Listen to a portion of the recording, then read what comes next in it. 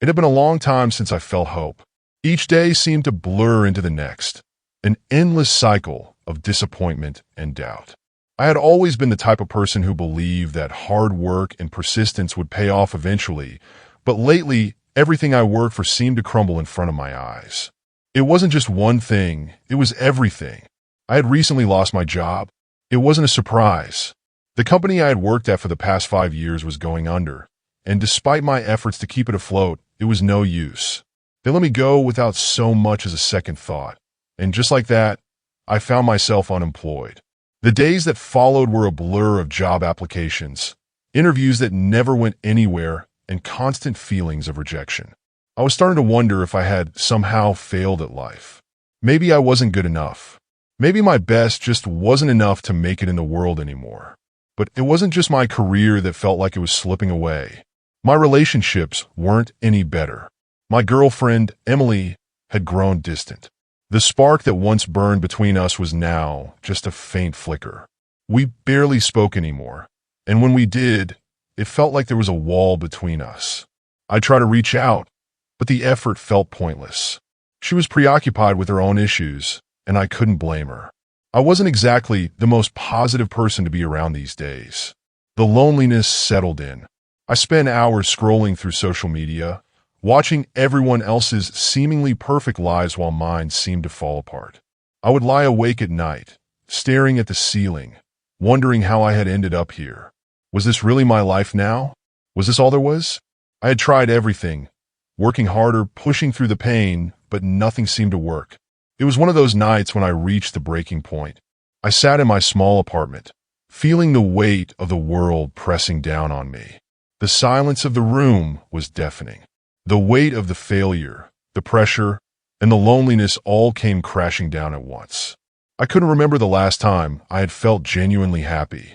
In a moment of desperation, I pulled out my phone and opened my contacts. I hesitated for a moment, then dialed the number of my old friend Tom. He was someone I hadn't spoken to in a while, but I knew he had always been the kind of guy who could make you feel better, no matter the situation. Tom had a way of making things seem more manageable, more bearable. Maybe that was what I needed, a little guidance, someone who could remind me that I wasn't completely alone. Hello? Tom's voice crackled through the phone. Hey Tom, it's Jason. I don't know if it's a good time, but I really need to talk, I said, my voice barely above a whisper. I felt embarrassed, but at that moment I didn't care. I just needed someone to listen. Of course, man. What's going on? I could feel the tears welling up in my eyes, but I fought to hold them back. Everything. I don't know what's happening to me. I feel like I've hit rock bottom. I lost my job. My relationship is falling apart, and I can't even find the strength to keep going. There was a long pause on the other end of the line. I could hear Tom take a deep breath. Look, Jason, I know you're going through a tough time, but you need to stop beating yourself up. You've been carrying all of this on your own for too long. Maybe it's time to get some help. I sighed, wiping my eyes. I don't even know where to start. I feel like everything's falling apart, and I don't have control over anything anymore. Tom's voice softened. You need to talk to someone. I know this might sound strange, but have you considered going to church? I know you don't really talk about your faith much, but there's something about that place, about being around people who believe, that can really help you find perspective. I couldn't believe what I was hearing. Tom wasn't the religious type. He had always been the more practical one, the one who focused on action rather than faith. But the way he said it made me stop and think. Maybe this was a sign I needed. Maybe it wasn't about fixing everything on my own. Maybe I needed to stop trying to control everything and allow something bigger than me to help. I don't know, man, I replied. I'm not sure I believe in that stuff anymore. You don't have to believe in it right away, he said. Just go. See what it feels like. It's not about perfection. It's about finding peace. I was hesitant, but part of me knew Tom was right. I had nothing left to lose. Maybe, just maybe, I could find some peace in a place where I least expected it. I'll think about it, I said, my voice tinged with uncertainty. That's all I ask. Just think about it.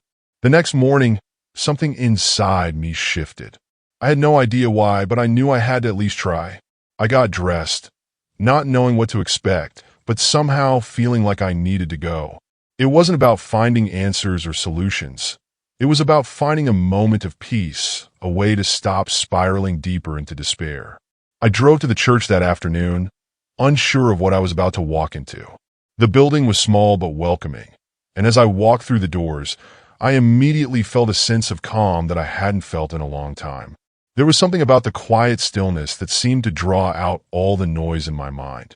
I sat in the back, watching the people around me. They were all gathered together, singing hymns, their voices rising in unity. It wasn't the kind of place I expected to find answers, but in that moment, I felt something stir inside me, a small flicker of hope. Maybe this was the start of something new. Maybe I could start finding my way back, one step at a time. As the service began, I closed my eyes, letting the music wash over me. I didn't know what was happening, but for the first time in a long time, I felt like I wasn't completely alone. The next few days after visiting the church felt surreal. I couldn't explain it, but something had shifted. It wasn't like everything in my life had magically fallen into place. My problems were still there. My job search still seemed endless, and my relationship with Emily was as strained as ever. But there was a small light inside me that had been rekindled. For the first time in a long while, I felt a little less lost. I decided to go back to the church the following Sunday. It wasn't a huge decision, but it felt like the right one. I wasn't sure what I was looking for: answers, peace, or maybe just a distraction from the weight of my reality. But there was something in the air there, something intangible that seemed to make everything else fade away. That Sunday, I sat in a different spot closer to the front. The church had an old-fashioned charm to it. The wooden pews creaked when people sat down, and the smell of incense hung in the air. I noticed the faces around me were kind. People were smiling at me, nodding politely as they passed. It was strange to feel so welcomed by strangers, but there was an undeniable warmth that filled the room. The service began, and as I watched the choir sing, I couldn't help but feel a sense of calm, an unfamiliar peace that I hadn't felt in ages. It wasn't dramatic or overwhelming, but it was enough to make me realize that maybe, just maybe, I had been searching in all the wrong places for so long. After the service, I sat quietly, reflecting on everything that had happened over the past week. I wasn't sure if I had found any answers yet, but there was a sense of quiet assurance that I wasn't as alone as I thought. I had made a decision to come back, and in that small act of faith, I was starting to feel a tiny bit of hope that I had long forgotten. As I was about to leave, I noticed an elderly man walking toward me. He had a calm, kind face, with silver hair that matched his gentle demeanor. There was a certain presence about him that made him stand out in the crowd. As he approached, he smiled warmly. "Hello, young man," he said, his voice soft but firm. "I don't believe we've met. My name is Father Thomas. I couldn't help but notice you seemed very moved by the service today." I stood up, feeling a little nervous. Yeah, I guess I was. It's all a bit new to me." Father Thomas nodded, his eyes gleaming with understanding. "That's perfectly all right. Faith can be a strange thing to embrace, especially when you're going through tough times. But sometimes, it's in those moments of darkness that we find the light we need." I wasn't sure what to say, so I just nodded, still feeling a bit awkward. But Father Thomas didn't seem to mind. He just smiled and patted the empty seat beside him. "Why don't you sit with me for a moment?" he asked. "I'd like to talk to you if you're open to it." I hesitated for a moment, but then I sat down. There was something in his voice that made me feel like he understood what I was going through, even though we had just met. "So," Father Thomas began, "what brings you here today?" I took a deep breath, unsure of how much to share. "I've been struggling," I said slowly. "I lost my job recently, and everything in my life seems to be falling apart. I'm not sure where to go from here." Father Thomas listened carefully, nodding as I spoke. When I finished, he sat in silence for a moment, contemplating my words. Finally, he spoke. "I can see the pain in your eyes, Jason," he said gently. "But I also see something else. I see a man who is searching, even if he doesn't fully know what he's looking for yet. It's not easy to come to terms with our struggles, but sometimes the hardest battles lead to the greatest transformations." I blinked, a little taken aback. "You think so?" Father Thomas smiled warmly, his eyes twinkling. "I know so. Sometimes, when everything seems lost, it's the perfect time to turn to something greater than ourselves. to find the peace we've been missing. It might not come all at once, but it will come in time. I didn't know what to say. His words resonated with me, more than I cared to admit. I had spent so much time trying to fix everything on my own, trying to find my own answers. But what if there was something more? What if there was something outside of myself that could help me find the strength to move forward? How do I find that peace? I asked, my voice barely above a whisper. Father Thomas leaned forward slightly, his eyes steady. You've already taken the first step, Jason. You've come here. You're opening yourself to the possibility of change. The next step is trusting that you don't have to have all the answers right now. That's where faith comes in. I felt a strange sense of calm wash over me. Faith. It seemed so simple, yet so difficult. But maybe, just maybe, it was the key to unlocking everything I had been searching for. As the conversation continued, Father Thomas shared more about the power of prayer, about the importance of surrendering our burdens and trusting in something greater than ourselves. He didn't try to give me all the answers. Instead, he invited me to take the next step in my journey, whatever that might look like. As I left the church that day, I felt a little different, a little less burdened. There were still many uncertainties in my life, but for the first time in a long time, I didn't feel like I had to face them all alone. I wasn't sure where this new path would lead, but I was beginning to believe that maybe, just maybe, I could find my way through the darkness. The days that followed Father Thomas's words were like a blur. My life hadn't drastically changed overnight, but something in me felt different.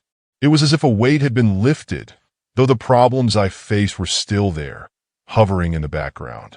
Every time I felt the familiar panic creeping in about my job, about my relationship with Emily, I reminded myself of what Father Thomas had said. Faith, trust, and time. I had tried for years to control everything, thinking that if I just worked hard enough, planned enough, I could fix it all. But now, with Father Thomas's encouragement, I was starting to let go. I didn't have all the answers, and I certainly didn't have the perfect solution to my problems, but I began to see that maybe, just maybe, I didn't need to have everything figured out right away. That weekend, I decided to attend church again. I wasn't sure if I was going for answers or just because it felt right, but something inside me told me to go. This time, when I walked through the church doors, I felt a sense of peace that hadn't been there before. It wasn't loud or dramatic. It was a soft, quiet feeling, but it was there. And for the first time in weeks, I was able to focus fully on the service, letting the words wash over me like a cleansing wave. The message that day spoke to me in a way I wasn't expecting. The pastor talked about how life is full of storms, unexpected challenges that can shake us to our core. But it's how we respond in those moments that defines us. We can either try to fight against the storm, or we can trust in God's guidance to help us weather it. I felt my heart stir with hope as I listened. Was that what I had been doing all along? Trying to fight the storm on my own, rather than trusting that I wasn't alone in this fight? As the service concluded, I lingered in the church, sitting quietly and reflecting on the pastor's words. I felt like there was a shift happening in me, something I couldn't explain. It wasn't an instant transformation, but I was starting to feel the beginnings of change deep within. When I stood up to leave, I was surprised to see Father Thomas again. He was standing near the door, smiling as people filed out. "Good to see you again, Jason," he said with a warm smile. "How are you feeling?" I hesitated for a moment, unsure of how to answer. It wasn't like my life was suddenly perfect, but something inside me had changed. I think I'm starting to understand what you meant," I said slowly. "It's not about having all the answers or fixing everything at once. It's about trusting, isn't it?" Father Thomas nodded, his eyes kind. "Exactly. Sometimes we spend so much time trying to fix things ourselves that we forget to ask for help. God doesn't promise an easy path, but He promises to walk with us through it." I nodded, taking his words to heart. The peace I had felt in church that day wasn't just an escape from my problems. It was the beginning of something. I didn't know what exactly, but I felt like I was being led somewhere. The next day, I was at work, sitting at my desk, when my phone buzzed with a text message. It was from Emily. "I need to talk to you," it said. "Can you meet me tonight?" I had been expecting this. Our relationship had been rocky for months, but I couldn't ignore the tightness in my chest when I read those words. What did she want to talk about? Was it the end? We had both been struggling, and I knew it. The emotional distance between us had grown since I lost my job, and I had started to wonder if we were even on the same page anymore. The thought of facing that conversation filled me with dread, but I knew it had to happen. That evening, I met Emily at the coffee shop where we'd had our first date. The familiar scent of coffee beans and pastries filled the air, but the unease between us was palpable. She was already sitting at a table when I arrived, her arms crossed, her face tense. "Hey," I said softly, taking a seat across from her. "Hey," she replied, her voice tight. We sat in silence for a moment, both of us unsure of where to begin. Finally, Emily spoke. "I've been thinking a lot," she said, her eyes avoiding mine, "about us and about everything. And I think we need some space." My heart dropped. I had known this was coming, but hearing it out loud was a different thing altogether. "Space?" I asked, my voice barely above a whisper. "What do you mean?" I don't know if I can do this anymore, Jason. You've changed and I've changed, and I don't know if we're the same people we used to be. I don't know if we fit together anymore." I swallowed hard, the weight of her words hitting me like a ton of bricks. Part of me wanted to argue, to convince her that we could make it work, but another part of me knew she was right. We had been struggling for a long time, and it didn't feel like either of us had the answers. "I don't know what to say," I said, my voice shaking. I've been trying to fix things, but I feel like I'm losing you. I don't know what to do anymore." Emily looked at me, her eyes softening slightly. "It's not just you, Jason. It's both of us. We've both changed, and we're just not in the same place anymore." I wanted to cry, but I couldn't. I had to be strong. I had to hold it together. "I get it," I said quietly. "I do." We sat there in silence for a few more moments, neither of us sure of what to say next. I knew this wasn't the end for me, not really. My faith was growing stronger, and I knew that no matter what happened with Emily, I wasn't alone. But the pain of what was happening between us hurt, and it was hard not to feel like I was losing everything I had worked so hard for. The future seemed uncertain, and for the first time, I wasn't sure what to do next. But in that uncertainty, I remembered Father Thomas's words, trust. It wasn't going to be easy, but I knew I had to trust that God had a plan for me, even if I couldn't see it yet. The days after my conversation with Emily were a blur of confusion, hurt, and uncertainty. I had hoped for some clarity, but everything felt even more clouded than before. I was in a place where I wasn't sure if I should fight for the relationship or if it was time to let go. The only thing I knew for sure was that I couldn't do it alone.